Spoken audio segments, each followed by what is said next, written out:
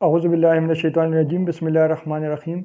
मेरा नाम डॉक्टर सऊद इकबाल है। अब हम क्लिनिकल एक्सीलेंस एक कोर्स स्टार्ट कर रहे हैं। तो सबसे पहले आज हम शुरू कर रहे हैं इंसुलिन को। तो इंसुलिन के रेगुलेशन और इसके सिक्रीशन को जानेंगे आज हम। तो सबसे पहले हमने यहाँ पर इंसुलिन को स्टार्ट करना है। तो हमारे पास दो किस्म के ग्लैंड होते हैं। एक को कहते हैं एक्सोक्राइन ग्लैंड, जिसको आज हम नहीं पढ़ेंगे। एक होता है एंडोक्राइन ग्लैंड। एंडोक्राइन ग्लैंड को अब हम पढ़ेंगे, लेकिन पूरा नहीं, इसमें हम सिर्फ इंसुलिन को पढ़ेंगे। फॉर एग्ज़ाम्पल यहाँ से हम स्टार्ट करते हैं। ये पेनक्रियाज है। फॉर एग्ज़ाम्पल ये पेनक्रियाज है। तो पेनक्रियाज में एक्सोक्राइन ग्लैंड होगा, दूसरा एंडोक्राइन ग्लैंड होगा। इसमें डक्टस ऑफ एसिनस वगैरह, for example ductus of acinus वगैरह, जिस तरह ये आप लोग गूगल में सर्च करो, ये आप लोगों को सही जो है ना वो डायग्राम मिल जाएगा। तो यहाँ पर इसमें आइसलेट्स ऑफ लैंगरहान होंगे। आइसलेट्स ऑफ लैंगरहान, तो हम उसको जूम करते हैं। तो फॉर एग्ज़ाम्पल इसको हमने ऐसे जूम किया तो इसमें हमें कुछ सेल्स मिलेंगे। तो उस सेल्स को हम कहेंगे, यहाँ पर हमारे पास होगा बीटा सेल्स। बीटा सेल्स इस तरह होंगे। उसके साइडों पे हमारे पास अल्फा सेल्स इस तरह बिखरे हुए मिलेंगे। इसके अंदर अल्फा सेल्स इस तरह हमारे पास मिलेंगे। और इधर इधर जो है ना साइडों पे हमारे पास इस तरह डेल्टा सेल्स होंगे। डेल्टा सेल्स और पीपी सेल्स होंगे, और पीपी सेल्स होंगे। सही हो गया। तो बीटा सेल्स जो है ना वो इंसुलिन प्रोड्यूस करता है। बीटा सेल्स से इंसुलिन प्रोड्यूस होते हैं, जबकि अल्फा सेल्स से ग्लूकागान प्रोड्यूस होते हैं। ग्लूकागान, जबकि डेल्टा सेल से सोमेटोस्टेटिन प्रोड्यूस होते हैं। Somatostatin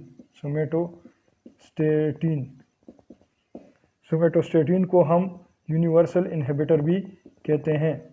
universal inhibitor. सही हो गया। जो इंसुलिन है तो ये ग्लूकोज के लेवल को कम करेगा, और प्रोटीन को भी ये कम करेगा। ये फ्री फैटी एसिड और लिपिड वगैरह ये सब इन चीज़ों को स्टोर करेगा। ब्लड से लेके ये सेल्स के अंदर स्टोर करेगा। ग्लूकागान का काम है कि ग्लूकोज को अप करना। इन दोनों को एक दूसरे से उल्टा काम है। जबकि सोमेटोस्टेटिन का काम है इन दोनों को इनहिबिट करना। मतलब इसी को हम यूनिवर्सल इनहिबिटर भी कहते हैं। ये इन दोनों को अल्फा सेल्स को भी और बीटा सेल्स को भी ये इनहिबिट करेगा। सही हो गया। तो ये यहाँ पर हमने जाना। अब हमने इंसुलिन की तरफ आना है। स्पेसिफिक जो मैंने आपको कहा था, तो इंसुलिन में यहाँ पर देखो ये एक इनिशियल सेगमेंट है इंसुलिन का। तो यहाँ पर इसका जो है ना ये बीटा चेन है, ये उसका सी चेन है, और ये उसका अल्फा चेन है। इसी को हम कहते हैं प्री प्रो इंसुलिन। सही हो गया। तो इसी को हम प्री प्रो इंसुलिन कहते हैं। रब एंडोप्लाज्मिक रेटिकुलम में इसकी जो है ना वो राइबोसोम में इसका ट्रांसलेशन और ट्रांसक्रिप्शन होगा।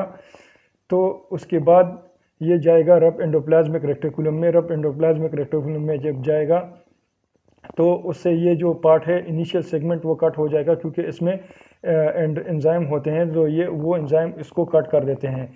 तो प्री प्रो इंसुलिन से रब एंडोप्लाज्मिक रेटिकुलम में हमारे पास बन जाएंगे प्रो इंसुलिन हमारे पास बन जाएंगे। उसके बाद ये जाएगा गल्जी एपराटस में ये जाएगा।